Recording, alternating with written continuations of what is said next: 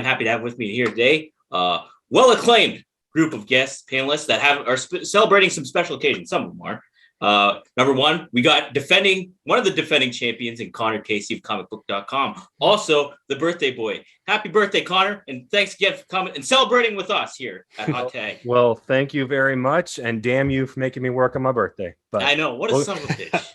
We'll get through it. Right? And hey, somebody else celebrating something big is Colin Tessier, a new engagement man, huh? Congratulations, Colin. And welcome to the debut of the show here on your own site here of WrestleZone. Thanks, Dominic. Very glad to be here. Been meaning to make it work for a while now. So obviously glad to be here and with all these wonderful guests here. So looking forward to a great show today. Also celebrating something in a roundabout way, kind of like I am, is the end of the NFL season after our beleaguered teams have lost and played horribly. It's Zack Heydorn, assistant editor of the PWTorch. Zack, thanks for coming back on the show, brother. It's great to be here. Thanks for having me. I'm still sporting the Bears hat. I'm not quite over the season yet, but eventually I'll take it off for something else. It's good to be here, guys. Looking forward to this. We'll find something else different. We keep going. Yeah. And hey, we also got another man kind of celebrating some things too. Some recent new debut of a new podcast, The Wise of Wrestling, from Podcast. I call him a coworker now. It's John Alba. John, thanks for joining us again, brother.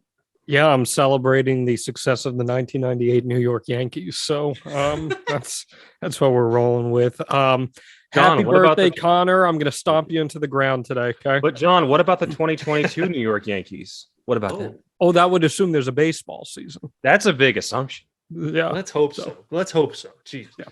We have the video game, so we can at least do that, I think. And it's co-op mode now, too. So, all right. So we got some news cycling through this whole past week and then some. So we're going to do this kind of all encompassing like we usually do. If you're not familiar with the show, it's basically around the horn, just wrestling related with wrestling writers, journalists, and personalities. So let's go around the ring and do the hot tag, starting off with our first topic. And that will be, we're going to start off with Cody. Big news, probably the biggest news maybe this week. You could make a huge argument for anything else a lot of the times, but Cody's supposed exit from AEW. I want to just overall get your guys' thoughts on his supposed exit. There's been some reports, even recent reports on Fightful, just stating that some of the people thought it was a work initially, and then it's going back and forth, and it got confirmed that he's in talks with WWE. Lots of stuff going on here. Really interesting stuff. Tony Khan issued a statement. Lots of different things going on. So let's get the take on Cody's supposed exit and where do you see it all going? Connor, let's start with you, defending champion and birthday boy. So as far as AEW goes, it's a pretty massive loss. The amount of work he was doing backstage, having the Nightmare Factory gym open as kind of a mini feeder system into the company, his running of the community outreach program, the work he was doing with Warner Media, the countless interviews he was doing with media to spread the word of the company. No matter where he was on the card, he was still one of the front-facing people of the organization. So to just dismiss the fact that, but his booking for the past 9 months or so wasn't great, that's not taking into account everything that was happening when the cameras weren't rolling. What we don't know is how big of an impact it's going to be if he actually goes to WWE. I'm seeing a lot of people make these assumptions that, he's immediately going to be put in the WWE Championship picture, a main event with WrestleMania, a program with Roman Reigns this summer. There's no guarantee of any of that because Vince McMahon is, if nothing else, a very petty man. Cody's rise to star power was not his creation. And the idea that he's going to give one of AEW's top guys a main event run is not something Vince McMahon is going to want to do. He's going to look at him and go, hey, you were one of the top guys in this company? Well, compared to my stars, you're a mid-carder. You can't handle some of the big stars that I've got coming in. That's way more his MO than, I'm going to stick it to them by putting the gold on this guy. Yeah, he's got a track record of that, and it's been shown time and time again. And very rarely does it go the other way, where you see Vince put his chips behind somebody that's not his talent. An exception like that could be like somebody like AJ Styles, but it's a diamond in the rough sometimes. John, let's get your take on all this. Yeah, I mean, I'll take a note on that for a second here. The Vince McMahon thing. I'm not so sure that will be the case, at least at the very beginning here, because I don't think this is so much a case of, no, look, you've come back to me. You are going to be, I'm going to prove to you that you had to go out on your own and blah, blah, blah. I think this is more going to be used as an opportunity for Vince McMahon and WWE to say, look at this, your beloved AEW, one of their top guys, their EVPs, came back to us voluntarily because he knows that WWE is the place where everything gets done. That's the land of the gods. And that's why Cody will be positioned, at least in the very beginning, in my opinion, towards the top tier of that card. And he's instant star power for that company. As far as the AEW departure goes, I understand what Connor is saying, where there is a tangible effect with what he did with the community stuff, with what he did as far as media and all that. But if you haven't noticed, in the last 6 months or so, if not even longer than that, Cody's role has taken a significant step back in the public light. Cody hasn't been on a media call in almost a year. He hasn't been doing as much public media. His roles as an executive vice president were rolled back significantly. You hear the rumors of miscommunication between the EVPs, or lack of communication for that matter. I think that really what Cody's departure is more important in the wrestling realm for is now it opens floodgates.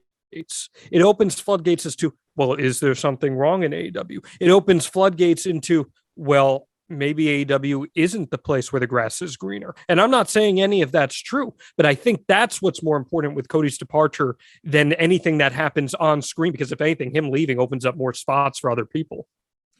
Yeah, that was one of the one silver linings I talked about too on my other show. And, it opens up spots, but that was the only one I could really think of. Zack, let's get your take. There's a lot of different things going on, not only, with the behind the scenes stuff on the screen, and then the after effects of what might happen with WWE.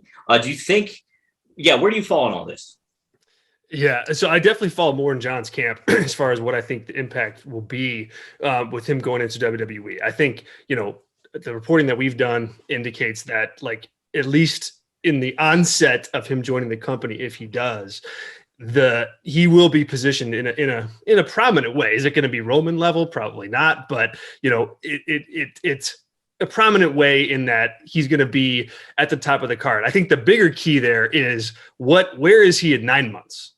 Where is he in 12 months? Like, that will be the thing to watch, because then I think that's when, Vince McMahon, because it is his MO to treat people that way. Dusty Rhodes, Harley Race, and so on and so forth. There's a lot of examples that you can speak to as to him being very petty about something like that. But there's business at hand now. And I think he wants to use this acquisition to, just remind people that, hey, WWE is a place to go to. And it's a place with a big platform, and they can pay big money. And that's, what I've thought about through this whole process, or not process, but through this story breaking, is like, it's a stark reminder that this is, it's the pro wrestling business. Mm-hmm. And like, sometimes I think you can get in your head about, oh, well, I'm an AEW fan, a WWE fan. Oh, Cody's about the AEW. He is AEW. He bleeds AEW. Well, until he doesn't, right? And that's kind of where we're at right now. And I think, when we look back at this time, I think it's going to be a really interesting kind of journey to see how he does crossing over back into WWE, if that's where he goes, because, he's got influence over some people. He's got the ear of younger talent, and like, he'll be able to jump in on that recruiting effort when it comes time for WWE to want to sign some more people. So I think that's impactful. As far as his AEW role is concerned, like, they're going to miss having somebody around that clearly had the passion for AEW that he did. I mean, I don't think there's any doubt about that. Like, they'll miss that. Any organization would. But from an on-screen perspective, it'll open up opportunities. He'd lost some of his sizzle, on camera anyway. So I don't know that they'll miss a beat as far as that goes. But I think just having somebody, as an ambassador of the brand and of the company, like he was, leave is, you can't replace that overnight. You really can't. There's a lot of different things I think he brought to the product. Different, unique style, everything. And then you factor in some of the celebrity stuff that he was bringing into it. It really felt big time. Connor, let's get your take. Last but certainly not least, I want to get your insight on how you feel about all this and where the lay of the land is. You cover NXT a lot. You cover all like everything WWE on WrestleZone up here. So let's get your perspective from an AEW perspective as well as the WWE perspective. It's just so weird, right? Like Cody is AEW in a lot of ways, and to imagine him going back to WWE for any reason really is just, it's hard to fathom. Like, and especially with their report being that it might be motivated by, at least to some degree, like creative frustration. It's kind of funny because like I made a joke about it when I first saw the report. Like going to WWE is not, these days especially, is not a way to alleviate creative frustration. So and with that in mind, like if it's about the money, yeah, you can't blame the guy. He just had a baby girl and like he wants to do it for his family. Like, okay. But with this idea that it's at least partially motivated by creative frustration, again, it just seems very ironic to me. I definitely agree with the sentiment that this very much seems to be a loss for AEW with the PR perspective, with the community outreach he was doing, with the fact that he was doing a lot of even indirectly, you know, he was on the Go Big show. He had that going for him with Warner Media and everything. Like there's definitely a loss there. But also on the flip side, there is the fact that his booking has been very inconsistent and, you know, a fair point of criticism, even though I think it got better towards the end. I mean, it's unfortunate that if he does leave, we're not going to be able to see the won't he heel turn kind of play out, because that was very, very compelling. And now to have just for that's abruptly, again, if he does leave, that's ending. That's disappointing because he was really doing some interesting stuff. And I definitely agree with the idea that if he does go back to WWE, the most interesting thing will be where he stands, I guess, yeah, like 9 months from now. Because, yeah, it's easy to say, oh, he'll go in, he'll be the shiny new toy. But, you know, once that kind of glow fades away, he could easily just kind of get some of the same treatment that, as the others were saying, he gets, you know, kind of shoved in the background or you know, maybe even made an example out of. So I guess overall, it is just very interesting. And we're all wrestling journalists to some degree, or at least in that line of work. So in a way, we're all kind of, I would imagine, excited or you know, looking forward to just seeing how it plays out, because it's like a constant kind of point of discussion, because there really is no way to know. And until we actually do see him pop up in WWE, if that happens, we're very much kind of all waiting on the edge of our seats, because it really does feel like it could go any way. But Colin, I want to go to one point that you said. You said that it was like hard to fathom that Cody would go back to WWE, and that's something that I've been seeing a lot of people say. And I just couldn't disagree anymore. I always thought that if a major name was going to jump back to WWE or jump to WWE, I always thought Cody was the guy. Cody is WWE trained through and through. Dusty Rhodes' connection to the company through good times and bad times, there's and hard times, if you even want to say, give me a freaking point for that one. The connection is there. The WWE style, he popularized that on the independent scene. We weren't seeing that on the indie scene. Then Cody goes out, has WWE style matches on the indies. Everyone's like, wow, you could do this. You can do it well. The 5-star match with Dustin Rhodes is a WWE style match that just had a little more blood. So I always found that so fascinating when people would be like, I could never imagine it was Cody. I totally thought that could happen.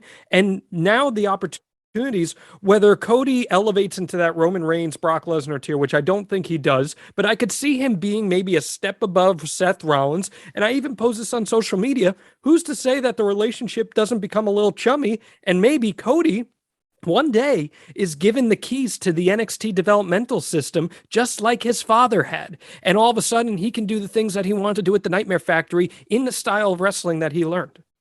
Seconded. And I think another thing to like, you know, kind of psychoanalyze Cody with this a little bit is, you know, when he went on this journey, left WWE, I'm going to make the list. It was all to better, like, yes, he kind of had this mission, the revolution, right? But a lot of it was self-serving too, in that, like, hey, yeah. I want to grow. I want to be at the top of the card. Can be a top guy. I can be a top guy main eventer. And, you know, so I think, like, you know, if he's got this opportunity where, all right, he's going to be a better paid star or a better paid act in WWE, like, nothing really about Cody's history would tell us that he wouldn't jump at that opportunity, because he has throughout his career. And so I think, you know, it's kind of, in a way, it's surprising because yes, he created AEW, that was his baby, but it's par for the course in a lot of ways for him to better himself financially and from a position standpoint. So yeah, I guess I second John on that. Guys, here's the problem is that Cody's departure from AEW, jumping to WWE, is not existing in a vacuum.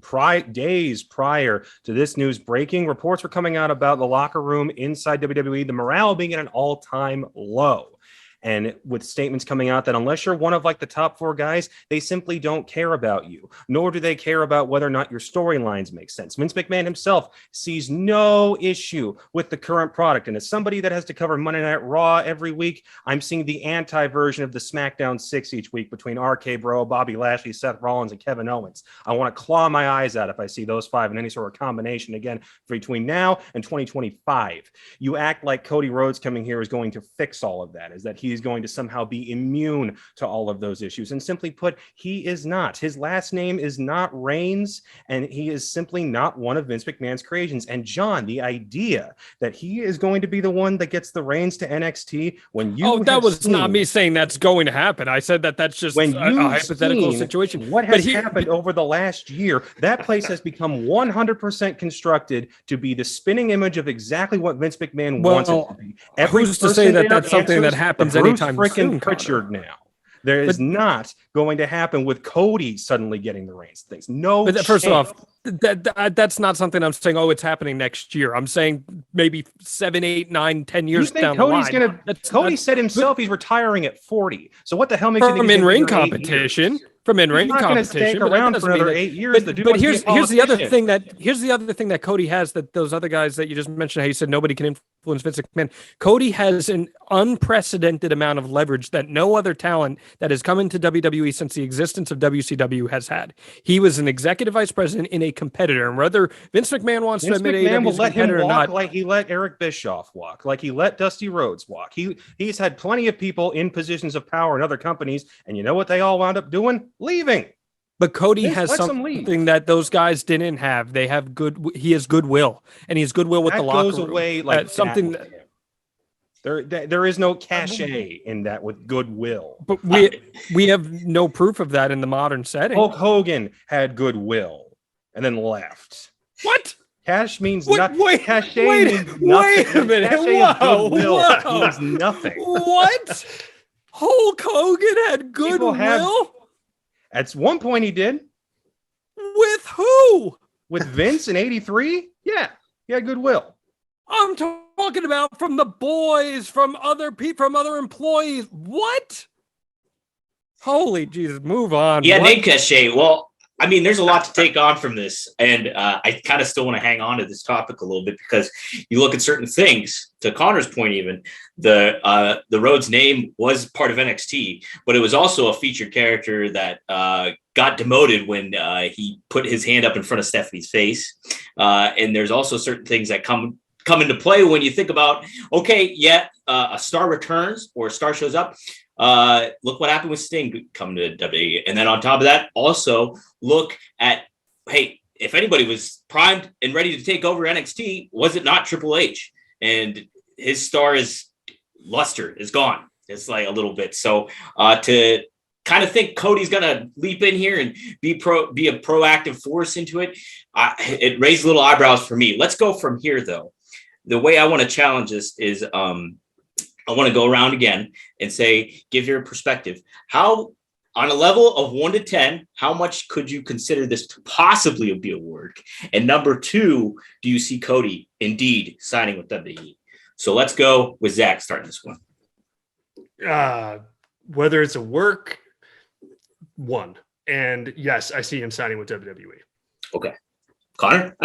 Connor? In terms of a work, it's a 0. It is 100% real. The odds of him signing with WWE are incredibly likely because Ring of Honor, NWA, none of these people are going to suddenly hash out a bunch of money and try to match what he was asking for from AEW or what WWE could potentially offer him in terms of finances. So you lean on yes? Yes. Yes. He's going to WWE. Colin? I'll go a 1 for the work because it just seems so weird. Like it's just all these, and it seems kind of ongoing. Like new details are coming out, and like it all just seems odd to me. So I'll go for a 1. It seems very, very unlikely, but not impossible. But yeah, as Connor just said, if he is leaving, there's nowhere else in the wrestling world he could go. Other than WWE in my line of thinking, like no one else could offer him the kind of money he's probably looking for. So I would very heavily lean on the fact that if he's leaving, it would be to go to WWE. All right, John, let's go with you. Close it out. Yeah, I mean, I'd say negative 50,000 on the number scale that it's a work, because I mean it's 100% a real thing.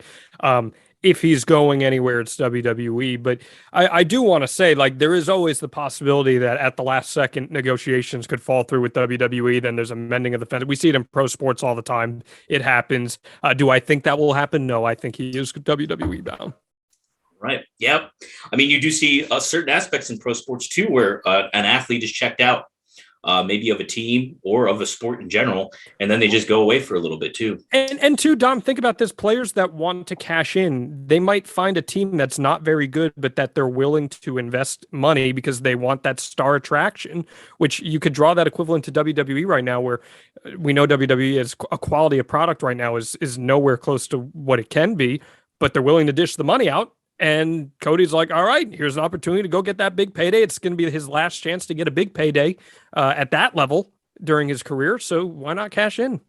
Can I just point out something? Sure. Like part of this is it's part of the reason I'm like having a hard time like really digesting it is WWE fired dozens upon dozens of people last year for the sake of quote unquote budget cuts. And you're telling me they're going to dish out millions upon millions, like presumably a big money deal to a guy again with all these like question marks and these things. We're kind of thinking like, again, these concerns. And to me, not to put out there, but it's like if they reach a deal or this big money deal, that would seem to suggest the kind of inherent consequence that they're going to have to do that again in a way to kind of even the scale in it, I guess, where it's like if they want to dish out that big money deal and still like kind of protect the bottom line and maintain the profit as they did in 2021, seems to kind of be like a cause and effect, even indirectly, that might be one of the potential downsides of this, reunion between Rhodes and WWE. It's a crazy topic. Go ahead. Budget cuts, man. Budget cuts. What are you making cuts in your budget for? Are you opening your budget to sign more talent like a Cody Rhodes? So people put this like hard cap, like a salary cap on a budget, but that's not necessarily what a budget means. A budget might mean we're cutting some names to sign a big name. I mean, that's the flexibility of the. But then the next time you're doing budget cuts, you flip right around and go, "Oh, who's making the Connor, most?" I'm not saying Cody? it's ethical. I'm not saying it's ethical. And meanwhile, while they're doing it. doing this, guys like Mustafa Ali are begging to leave, and they refuse.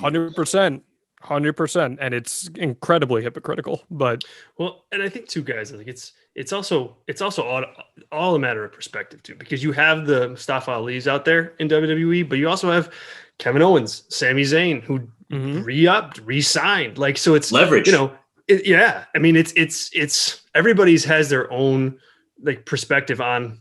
And not just perspective, but where they stand in the company. Like I don't think it's a prudent use of Mustafa Ali. He's infinitely more talented than he's given credit for. And the way they utilize him is just poor, period. But, Kevin Owens and Sami Zayn are positioned higher. And so, they don't, clearly they don't look at their time in WWE as, a failure or a waste because they're going to be there for a while here. So I think it's we have to, be careful. Just you can't apply one same thought across every piece of talent because everyone's different.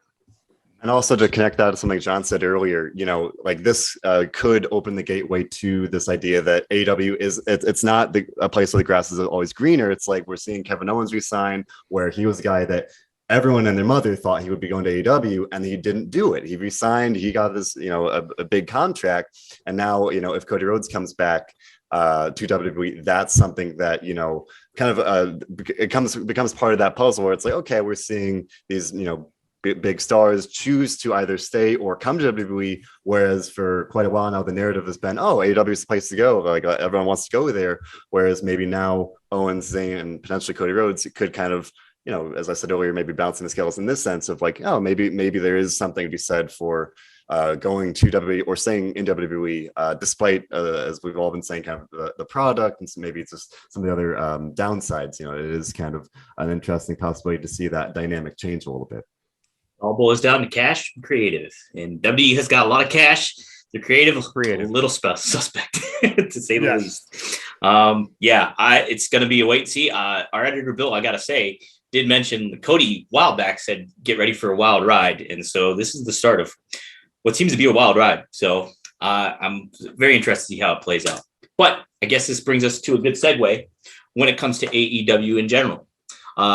Just this week, so last week on Dynamite, as of this recording, they were number one cable, and then this week they drove like an 839,000, was that it? Roughly, in viewership. So a significant drop in a little bit ways. Third on cable, but still kind of a thing to note about. And on top of that, signing a lot of people. We saw the debut of Keith Lee last week. You see Red Dragon coming into the fold, but then you don't see them too much either in certain ways. So I want to get your guys' perspective on AEW. How would you handle this bloated roster? And moving forward with a loss like Cody Rhodes, how would you progress as a company to keep your name brand relevant? John, let's start with you this time.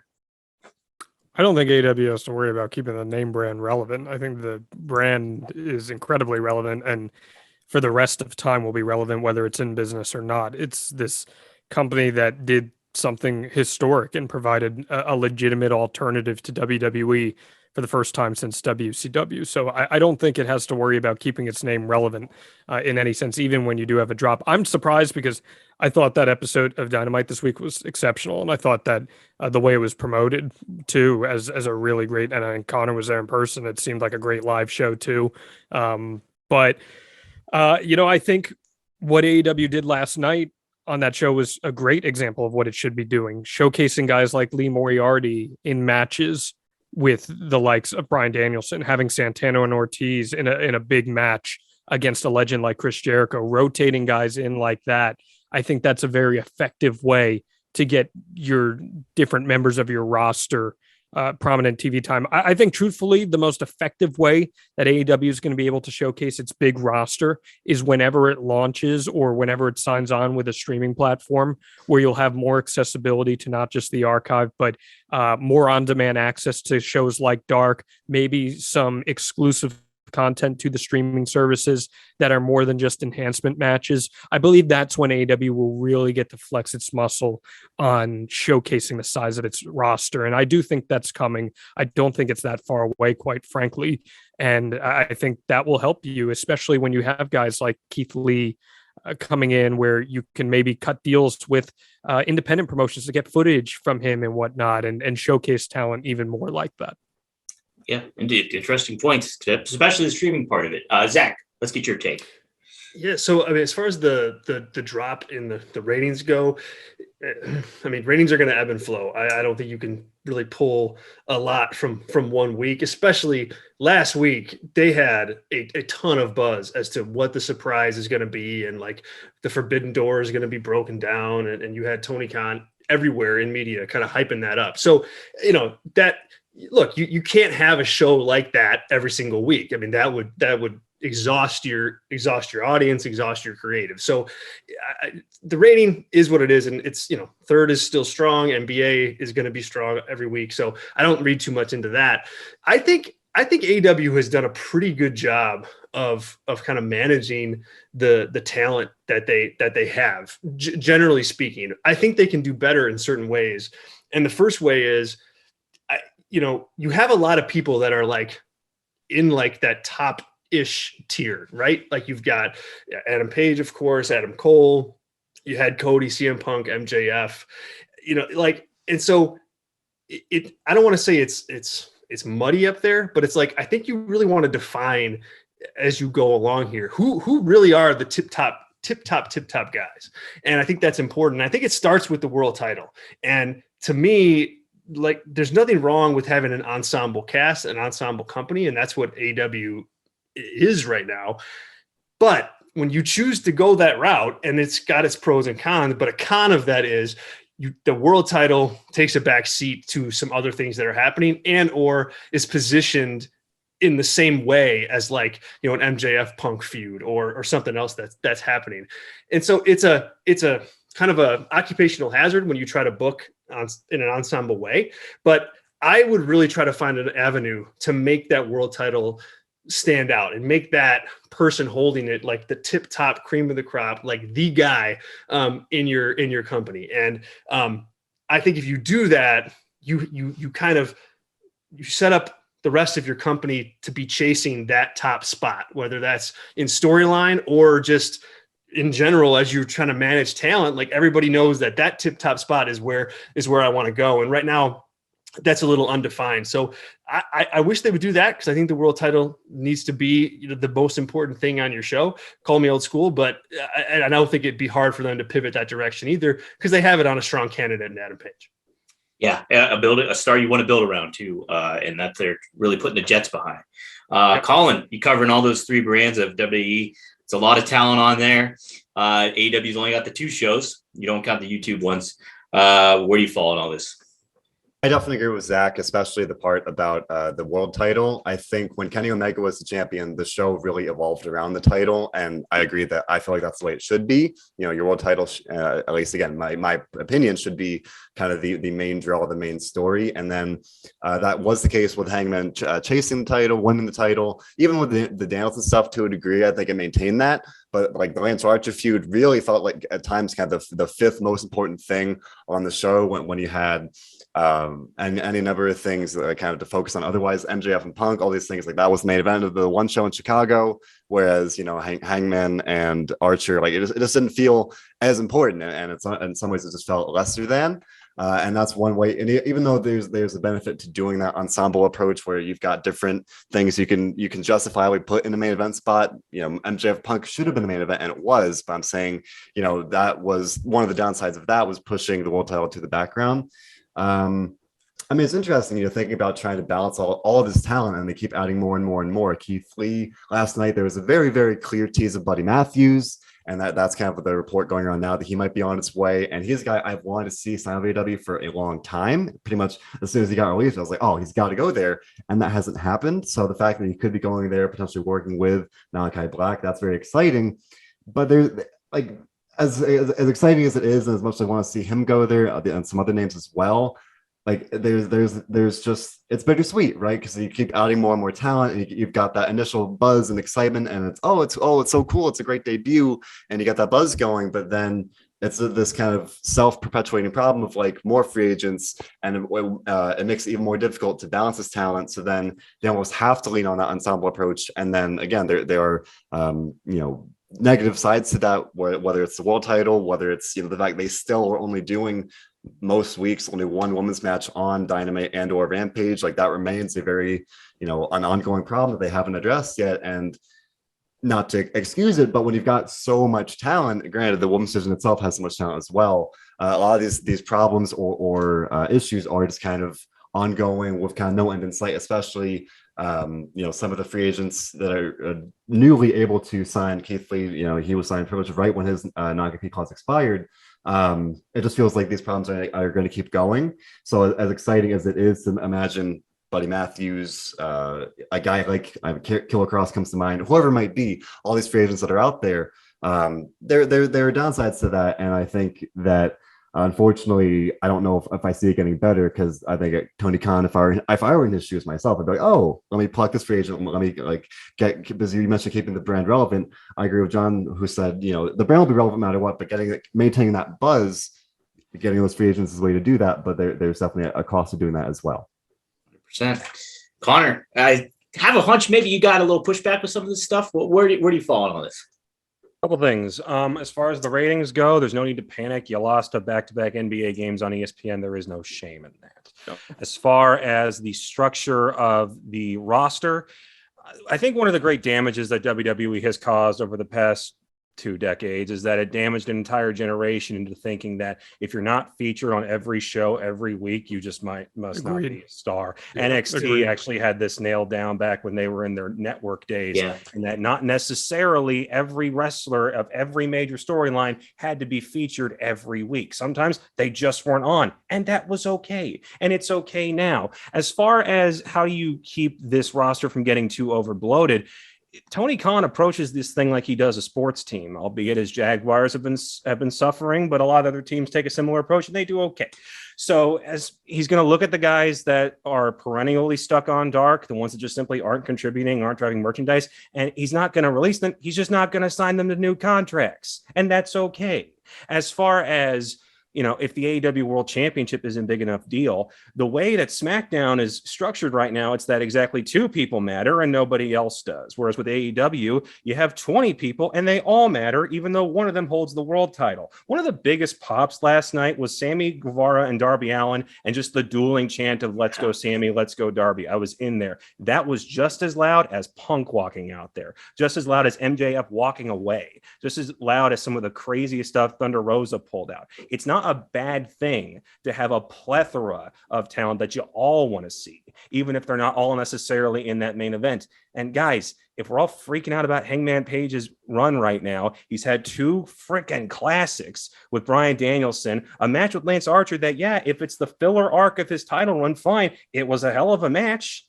And now we're right back in the main event with him and Cole. So that part's fine too. As far as the brand going forward, it's just, they need to keep conveying that everybody you see on Dynamite matters in some way, shape, or form. And they do that by having the wins and losses matter. Say what you will about the ranking system, but at least they stick to it. And just continuing to move forward, and to the point where fans, everybody has their own favorite. And even if it's not the Roman Reigns of the company, they're still going to get excited when they see him on TV. And they're still going to pop. Because when in the Attitude Era, a ton of people mattered.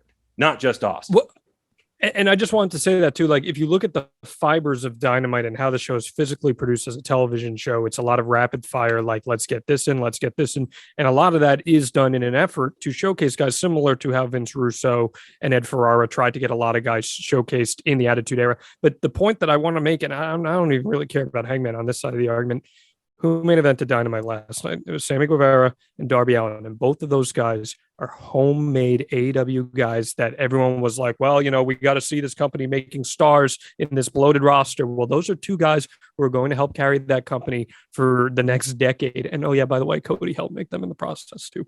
Just just a little thought there to add on. Chopping that in there. For when he takes over NXT developmentally. Oh, gotcha. Yeah. Okay. Well, yeah.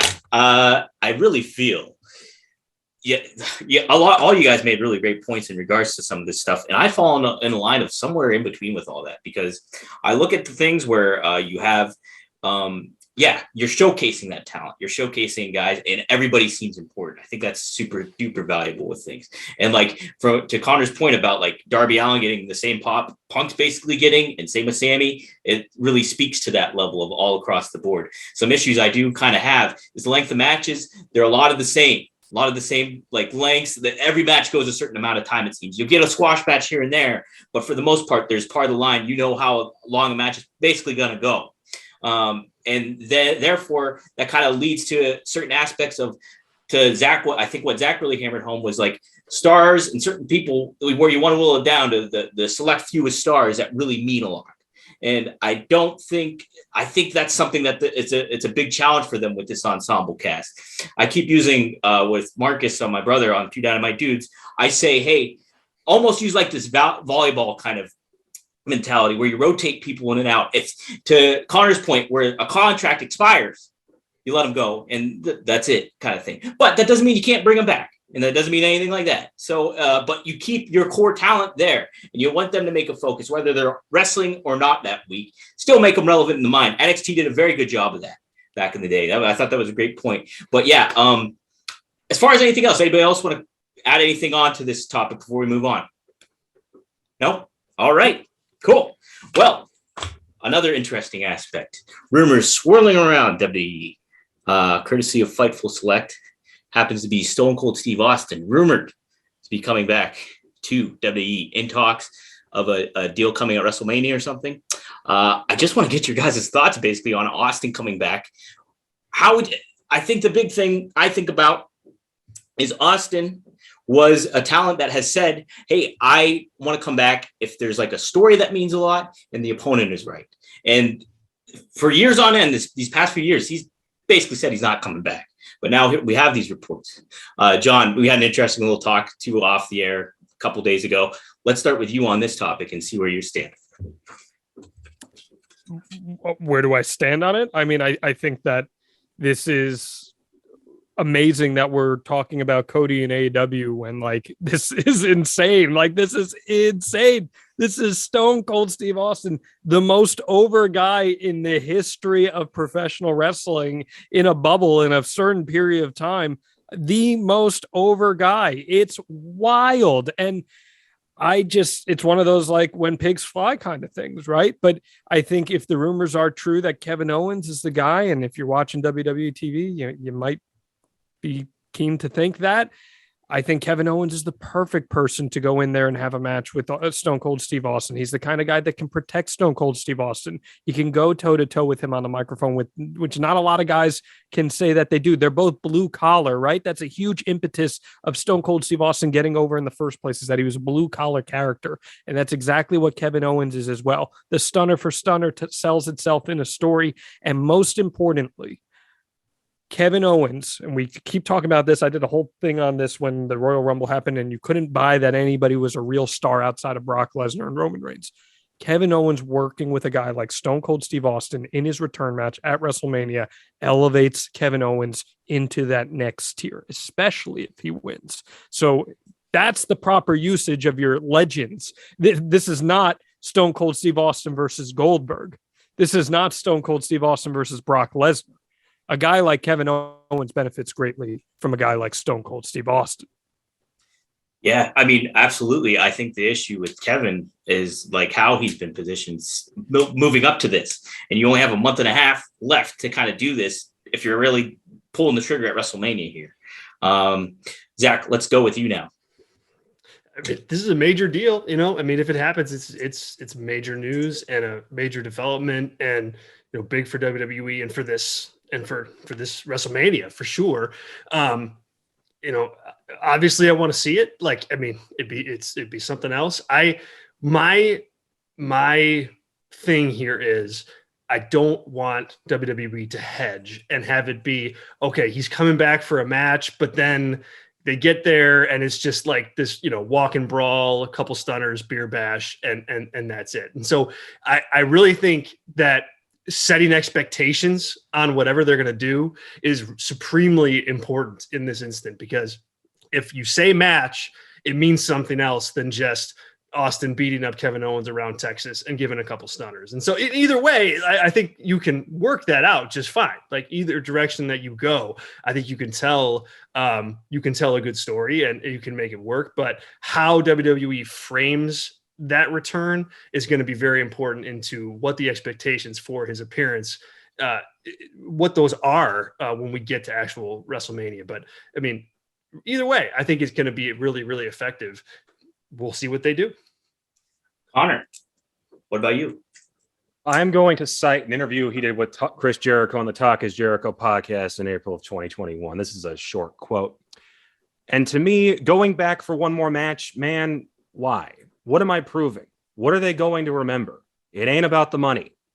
For a man who has such a, that was actually his quote, John. So I know. I'm just saying, he doesn't care about the money. Saying. And for a man that has such a zero fucks attitude on television, he has cared so much about what other people think about him for the entirety of his career. Throughout his run on top, he was obsessed with his position and how he was being perceived by fans. He walked out when they thought that they were going to damage that with Brock Lesnar in 2002. His legacy now is as one of the absolute best to ever have done it, one of the biggest stars. And part of that legacy is that his finale was perfect. There's no notes coming out of WrestleMania 19 in that third match with The Rock. That is the perfect way to end it. And if you come back It's Jordan with the Wizards. You look at guys like Shawn Michaels, Goldberg, Kurt Angle, his brother in broken necks, Ric Flair. These guys all came back after the retirements for just a little bit more, and they've been disasters. Undertaker's one of his buddies stuck around just a little too long and about near died in Saudi Arabia because of it. He has nothing to prove. He doesn't need this. If they book him in a match and start promoting it, what are people going to expect? They're not going to expect Undertaker versus Cena at WrestleMania 34 where it's a 3-minute squash match. No, they're going to want a classic Steve Austin match. And for as great as Kevin Owens is, Steve Austin is 57, has not wrestled since 2003. And Kevin Owens can carry him to something, but it's not going to be what fans are hoping it's going to be.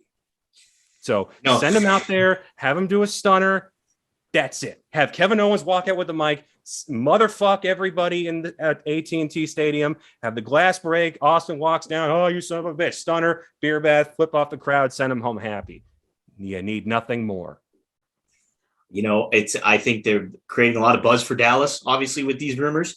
And it's going, it's just, it's creating this excitement, and expectations are going to just be there with your biggest wrestling star you've ever basically created outside of like The Rock, and you can make arguments for that. Colin, where do you fall on all this with Austin coming in, who he might be facing, and just being in WrestleMania for the 19-year hiatus? Just like the Cody thing, it's so weird, right? It's been 19 years, and like Connor said, like people are going to oddly expect an actual match, but Kevin Owens could carry him to something, but I don't see it doing anything to help his legacy, Austin's legacy. 19 years, it wasn't ideal to have his career end kind of, at a time when, he was still a top star, but now to come back 19 years later, like, to what, like, why? If it's the money, like, okay, but it's just weird, man. Like, and if anything, Kevin Owens makes sense. I think ever since Owens started using the stunner, everyone's thought, oh, cool, battle of the stunners. Like, there's an appeal to that. It's Texas. At the very least, it's Texas. If it wasn't Texas, like, it'd be even weirder, because then it'd be really like, all right, what are we even doing here? If it's not Kevin Owens, I think Austin Theory makes sense, given the Vince McMahon thing. I know that sounds weird. Okay, I know that sounds weird. Like, Austin Theory does not deserve that match. The dork that just got punked by it's Lesnar Austin's, pal. The dork, he looked like an absolute, not to quote Alvarez, but he looked like a dork. And you're going to put him in the ring with Austin. No, okay. I'm not saying I would do it. I'm saying from a purely like creative standpoint, how they booked it so far. Because that's the only thing that makes sense. Yeah, that's all. I just want to Connor used the buzz term that I was waiting for somebody to bring up. He said a classic Stone Cold match. That people are expecting a classic Stone Cold match. What is a classic Stone Cold match? What does a classic Stone Cold match, the fibers of a classic Stone Cold match look like? Well, here's what it is. What's post 13, but that's not when Stone Cold Steve Austin was most those are over. Classic Austin matches, aren't they? Stone Cold Steve Austin was most over post neck injury when he became the top star in professional wrestling, because he wasn't the top star in pro wrestling at that point against Bret Hart. He became Stone Cold Steve Austin that everyone associates with. 5 best Austin matches. That's one of them. Right, but nobody's no. That's not what people grew to become accustomed with Stone Cold Steve Austin as the top guy. What got Stone Cold Steve Austin was this: he'd go into the ring, babyface heat, gets on the heel, beats the living crap out of them. Then all of a sudden, it's 15 minutes of him selling. He's not taking any power moves because of his neck. It's brawling. He's selling. Come back, Luthez press stunner, 1, 2, 3. Stone Cold Steve Austin at 57 years old can do that.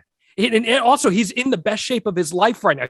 He has said that. You're talking about quoting Stone Cold Steve Austin. He has said that on multiple occasions that right now he is physically in the best shape of his life. Now, any wrestler that takes massive amount of times off, it takes one bump to just remind you just how good of a shape you think you're in. Who's to say that Stone Cold Steve Austin hasn't been getting in ring shape? But anyway, my point here that I'm bringing up is that he can work that style of match. He doesn't need to be taking the apron power bomb from Kevin Owens for it to be an efficient match. Plus Sting, who had spinal stenosis, which you can make an argument is just as bad as the neck injuries that Austin had. He's out there taking power bombs. Kurt Angle's neck was worse than Stone Cold Steve Austin's. He was out there doing stuff, and that's not saying, oh, that's what Austin should do because those guys did it. But my point is the barometer has changed a bit. He said as much. And you're coming at it like, oh, I hope it's like Kurt Angle. We saw. No, I'm not saying. I'd never said I hope it's like Kurt Angle, but Kurt Angle was also working matches like that with his neck for the second half of his entire Impact run. So I just saying, you say classic Stone Cold Steve Austin match. What got Austin over was not his style with Bret Hart. We say that that's Bret Hart and Stone Cold's best match for sure, but that's not the style that got him over. What got him over was the brawl, sell, comeback. Anyone can do it. Play the greatest hits. There's nothing wrong with playing the greatest hits. I think the other thing to think about is, is the quote. What resonates with me with that quote is the come back for one match and then what? Because they're really, I mean, right now there is no and then what. Like he's not going to have a top run. Like he's not going to be like the top guy that like anchors the company. So it is what it is, and it is a one-off. But if we're trying to like read into like what he's actually said, unless the check is really thick, which it could very well be.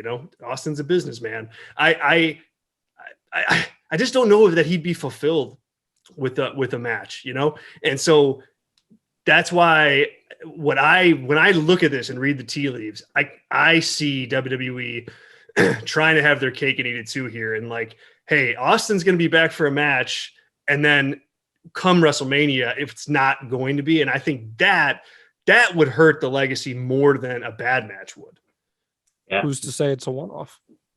Well, nobody yet, but I mean, I just can't imagine it. I mean, I just don't think this is how you get Goldberg again. This is how you get greedy. I'm not advocating for it. I'm just saying, realistically thinking here, who's to say? Yeah, no. Well, right. Those Saudi Arabia shows are going to be there. Hell yeah, baby. No, Well, you look into like that 9 though. more years left on that. You look into that, like what would have stopped from them getting Austin for that stuff by this point too? Like, I'm sure Austin will be flipping the bird to all the Saudi Arabia fans, right? Like, I'm sure that will get over. I lean really more on the side of it. Just, I don't think he's going to have a match. I just don't think he is. I can't put it together. When you look at Kevin Owens, he's great. I love Kevin Owens. And I think he could have, and still potentially can maybe be positioned in a top role. But I just think it's not going to pack the punch that Austin talked about on that Jericho podcast, or that fans will want to expect. I think the only way is like you get another huge name that's unexpected to show up, like a Rock. And you got guys that have 2 talents coming in with that much layover, it's going to be a rough sight. So, and again, the build, not enough time, I just feel. And the only aspect that really kind of plays into this is it's Dallas. That's the only reason that's making me think, okay, possibly, but it just doesn't seem like it's in the cards, even though that's the reports and stuff like that. I can't put it together in my head. I don't know. It's something that was, I'm not, WrestleMania season's here, and this is a big part of it. So, yes. All right. We'll close it out with this topic. Let's go over the point system though first. I've kind of let that hang a little bit, but it's very close this time around. Connor, you made some valiant points here, and you are tied with Zack with 15. John, you're right behind with 14, and Colin, you're only a little bit behind with 12. So let's see if we can make a run here. Colin, you'll start this topic off. We saw The Rock, speaking of which, cut one wrestling promo to kick off the Super Bowl of all things. Holy crap. Wrestling is everywhere, and it was indeed on the NFL to start it off. This is kind of what I want to get at. It's you can go any way with this, but Colin, is Rock the all-time face for pro wrestling with that kind of just being in the Super Bowl, being the biggest movie star there is? Would you consider him the all-time face of pro wrestling? And give me your points. If not, if so. I think so. Given that he first kind of ventured into the acting world, what was it, like 2001, 2002? right around there, and like he was doing that. Then he came back to WWE, then he left again, and he really, he had some success. Then came back to WWE, then left again, and then enjoyed like new levels of success. And then he's like kind of come back here and there. And obviously, he hasn't really been a full-time or even part-time WWE guy for several years now. But I think, when he was at the Super Bowl, it was really seen as this real kind of, I don't know, maybe, if not milestone, kind of a big deal for the wrestling world, because like it was, hey, here's The Rock, here's this former WWE champion, literally giving a pro wrestling promo on national TV, like in front of literally the millions and millions of The Rock's fans. There's something to be said for that. And if not The Rock, who? John Cena to a lesser degree. I mean, he's been really, really successful lately with Peacemaker and everything, and all the things he's doing. And there are other examples as well. I mean, anytime you ask kind of a casual fan, anytime I tell anyone what I do for a living, they're like, oh, like if I said like I write about wrestling, they're like, oh, you mean like with Hulk Hogan and Ric Flair? Usually that's like with people that are 50 plus, but like that's kind of the rough like association. But if not The Rock, I mean, I would say them. But although I would say in 2022, I would probably agree. Yeah, it's got to be The Rock. With John Cena probably is probably a distant second in my mind, given the crossover success overall. I think the simple mention like Hulk Hogan and stuff like that, laying the groundwork for a lot of 90s kids, 80s kids, everything like that. Zach, let's get you on here next. Is Rock the all-time face of pro wrestling? I it's close, but he's not.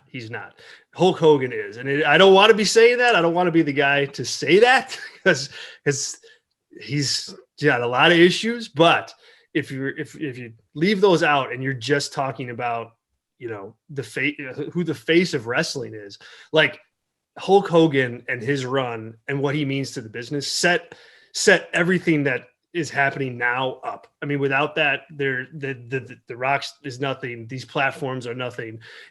It's not to say there wasn't wrestling before Hulk Hogan. There was, but nobody took it mainstream like he did. And so when I look at just holistically, Rock is a unquestionably massive star, no doubt. And I think more successful than Hulk Hogan was outside of wrestling, without question too. But when you're talking about that singular face of pro wrestling, I think Hulk Hogan is synonymous with that form of with entertainment. So boy, it's going to cost me some points, I think, but I'll say Hulk. I just go by how you pitch your argument. That's it. So, okay. John, so they didn't, to push back against Zach, they didn't ask The Rock to do some movie quotes or anything like that. He did a wrestling promo. So when you look at that from that perspective, hey, that's a pro wrestling move. So there we go.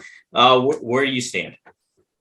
Yeah, well, I mean, I still think the casual audience that doesn't know much about pro wrestling probably didn't recognize that as a wrestling promo. I think there were probably a ton of people that watched that and heard the millions and millions and didn't necessarily know what he was referring to by that. Of course, for the 6 to 8 million viewers that were watching Monday nights every year or every week from 1997 through 2001, sure, we all picked up on that, but I think on the mainstream level, I'm not so sure. I think in sports culture, Ric Flair is the biggest name, and quite frankly, I don't even think it's close. I think Ric Flair is kind of transcended sports culture. The two clap and a Ric Flair, the 16-time world champion, that's what people look at. In pop culture, I tend to agree with Zach in that Hulk Hogan is like the visual representation of pro wrestling, just even his name, right? The moniker, the name Hulk Hogan sounds like a wrestling name. And I think that's the go-to when people say that. But I also think that if you were to line people up in a row of Hulk Hogan, Ric Flair, The Rock, I think The Rock is the single most identifiable of all of those people. And I think that what it's a result of is as the generation goes on, and 10 years from now, I think we'll easily be saying that The Rock is the most influential name to ever come out of pro wrestling. But I think we're still on that path. And what I love that The Rock does that all those other guys, for the most part, shy away from outside of John Cena, is that he embraces his wrestling background. Like we see with Young Rock, he embraces it. He talks about it on Twitter all the time. Whereas Dave Bautista was like, that's none of that. And, Sasha Banks doesn't do any billing of her as Sasha Banks or anything like that when she's just doing her Mercedes Renato stuff. I think it's really cool that The Rock has embraced that. And thus, I think it lends itself a little bit to the argument a few more years down the line. Yeah, I think that's such a cool aspect that Rock does. Even he'll touch back to wrestlers that aren't in the forefront anymore. Like he gave credit to Lance Storm, I remember, and just being like, because Hogan didn't do that with Thunder in Paradise and all that stuff. So. Right. It's just like Rock will pay homage to everybody from top, bottom level of the card. Doesn't matter. He did a Hall of Fame induction for Ken Shamrock, right, on Impact Wrestling of all places. Like. So weird. Absolutely a goodwill ambassador for wrestling. Connor, where do you stand here? John, you mentioned the millions part, but if you actually listen to the quote, he didn't do the millions bit. He just said millions. He didn't wait for the crowd to respond. We know what it was. It was an illusion. Come on. But he didn't do it. So he said that's an Easter egg too. He's on Twitter. He said it was an Easter egg for the fraction of people that were going. Because it's an illusion, exactly.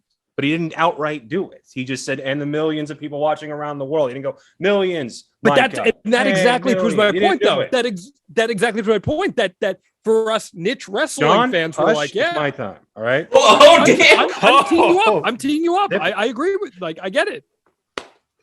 Dom, you're the host. Come on. Woo. All right. So got some. I don't have a mute button. Got some facts for you. He's the second highest paid actor in Hollywood last year behind Daniel Craig. He's got a successful clothing line with Under Armour, a successful tequila brand, the co-owner of the XFL. His rap verse on Tech Nine's Face Off got that song to the top 10 of Billboard's charts. And between Instagram, Twitter, and Facebook, he's got over 360 million followers. Now, here's the hard truth about all of that is that more people know him as the guy from the Kevin Hart movies and the Fast and Furious franchise than they do from his time in wrestling from 96 through, was it 90, from late 90s up till 2001, 96, and then brief stints coming back after that. The fact is, more people know him for his stuff outside of wrestling than they do in wrestling. And the question was not, as John put it, who is the most influential name in wrestling history? It is who is the all-time face of wrestling. And here's the simple fact is that Rock was bigger outside of wrestling than he ever was inside of it. Big as he wasn't even the biggest name in his own era. Steve Austin was. We just sang his praises for 20 minutes.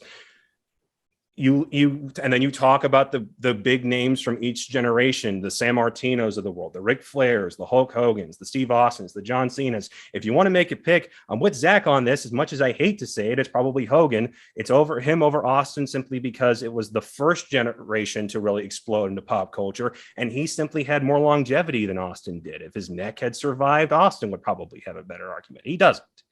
So if you're talking all-time face of wrestling, you have to go to someone who was at their absolute biggest in the world of wrestling. Other people, Cena is now experiencing this to some degree on his own. He's starting to get more notoriety for stuff he's doing outside of wrestling, even for as long as he was inside the business. Now, do people know that Rock was a wrestler? Yeah. But more people are probably going to tell you that he was in Hobbs and Shaw and was really funny standing next to Kevin Hart and liked the Jumanji movies. Yeah. And how much of an indictment of the industry is that too, Dom, right? Like that the industry has cooled off so much that like while pro wrestling's making more money than it's ever made right now in the mainstream eyes, it's never going to produce someone that's going to get big enough in wrestling alone. Like Roman Reigns is going to be a big star in wrestling, but truth be told, probably, and I'm sure you agree, Connor, like 10, 15 years from now, Roman Reigns has a good shot at reaching that next tier once he cuts his hair, gets, like a little more clean cut. I mean, he's got a chance, and it's not because of his wrestling career. Sure, that was a ladder, but it's going to be what happens after that. Dave Bautista and Sasha Banks both have more notoriety now for the stuff they're doing in Guardians and Star Wars than anything they've done in the ring. And WWE didn't even want to promote Guardians. They thought it was going to fail. What a slap in the face too to Dave at that point. So silly. Like, hey, I'm here. I'm in a Marvel movie, guys. I'm back for WrestleMania. Let's not give you any fanfare with that. Let's not have it happen. It's crazy to kind of think of how you can make those comparisons, because you can make an argument for Ric Flair. You can absolutely make an argument for Hulk Hogan. You could really push for Austin. Like, that flame burned. But to that point, the all-time face, yeah, I mean, I don't like saying it either, but Hulk Hogan kind of takes the cake in a lot of ways. But if you're maybe coming from a wrestling outlook and how it's been presented throughout the course of time and stayed consistent, you could make an argument for Flair doing that and laying the groundwork for some of that stuff. Yeah, guys, it's been a heck of a match here. Heck of a match. So, Colin, you come in fourth, but a respectable fourth with 14.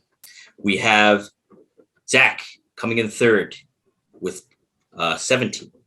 And then we have John second with 18. Connor, the birthday boy, you win again, man. Just by one with 19. Connor, New time.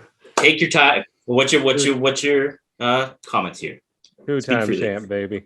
Two-time. Well, I will just say this. As far as WrestleMania season goes, I think it is a huge indictment on WWE structure that the two big matches that they're hoping, some of the big matches that they're hoping to get people's excitement are a Johnny Knoxville match, a Roman Reigns versus Brock Lesnar match we have seen basically every iteration of, including twice at WrestleMania, and fans hated both of them. Don't try to let that Seth Rollins running at the end try to fix the fact people were not happy that match was happening at 31. And you have an awkward Ronda Rousey, Charlotte Flair, where people are like, who am I supposed to like in this? I'm struggling to like someone in this whole equation. WrestleMania 38 is in need of just some legitimately eye-catching matchups, and they are struggling to find them. And the fact that Steve Austin, of all people, after nearly 20 years of being out, after consistently saying no to every other pitch anyone has ever made for him to make a comeback, that's their ace in the hole. That's not great, folks. Yeah, it's a weird time. You know, I cover Raw, NXT, and SmackDown, especially for the main roster here. It's just like when Goldberg came back, I was like, come on, man. And it's like it's anticlimactic. They already announced Reigns and Lesnar, other than a dark timeline where they have Goldberg win and they do Goldberg and Lesnar, pure apathy. As much as I love Roman Reigns. I love what he's doing right now. But that's your big match for WrestleMania, and like we're just kind of biding our time right now. And then it takes something as crazy as Steve Austin potentially coming back after 19 years, and something as I put earlier, just so odd and crazy to imagine, but Cody Rhodes potentially coming back, potentially getting kind of like fast tracked into some big match WrestleMania. It takes things as far out there and unforeseen as those previously unimagined scenarios to generate any genuine buzz for WrestleMania right now, because previously, as Connor said, you had Roman and Brock, which I mean, I'll actually say I kind of like at least the different presentation this time around, you know, the head of the table thing and more of a face Lesnar. At least that's a little different. But very not in October is the problem. Well, okay, that's not even new. I'm just saying for WrestleMania, at least, right? At least we've seen other WrestleManias, and then the Charlotte Ronda thing. It's like that's just a weird matchup to begin with, and so it's just a weird time. And then you factor in potentially Steve Austin, Cody Rhodes. It's going to be a weird WrestleMania season, if nothing else. Be careful what you say, Colin, because you know they may hear something, and we might get Brock Lesnar versus Goldberg versus Roman Reigns in a triple threat match at WrestleMania. We're not careful. No. Gotta go old reliable here. Gotta go old reliable. Because then it'll be Brock and Roman fighting backstage. It's like, I'm not getting picked up for the jackhammer. Yeah, that shit ain't happening. No. Well, geez, guys. What a show it's been. I love the debate that goes on, and it's I gotta have you guys back. You know, Connor, your two-time champ, Cameron Hawkins is a one-time champ. Everybody's in the mix here on Hot Tag, and we're gonna get you back in. So, John, let's get some plugs in for you. Lots of stuff happened over at Podcast Seat and AdFreeShows with you, huh? Yeah, Dom, you're fired. Number one. Number two, The Extreme Life of Matt Hardy. The Wives of Wrestling, up for debate over on AdFreeShows with Danny Cage, one-on-one, all that good stuff. You know, it's funny. Connor Casey is legitimately one of my favorite human beings that I've met in wrestling, and I consider him to be a dear friend. But in this arena, I see that cold stare, and I can feel the vitriol when he hears me talking and getting bombastic, and he's just waiting and biting.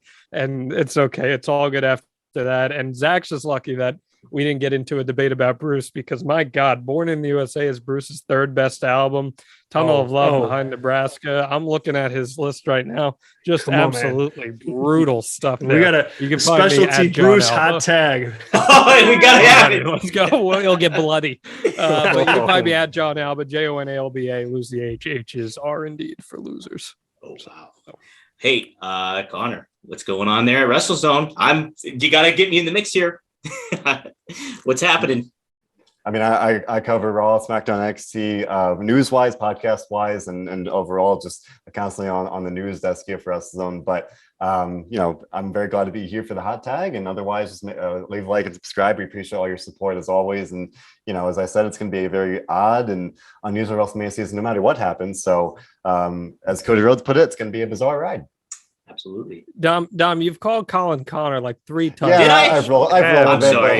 When you say 3 wrestling, times. I know you're talking I about chalk me, it up so. to the 3 times. accent. Oh, Subtract points Yeah, it's from the your own Pittsburgh total. E's. Dom. It's the Pittsburgh E's. I got to mute myself. Zach, what do you got going on over at the Torch, my friend?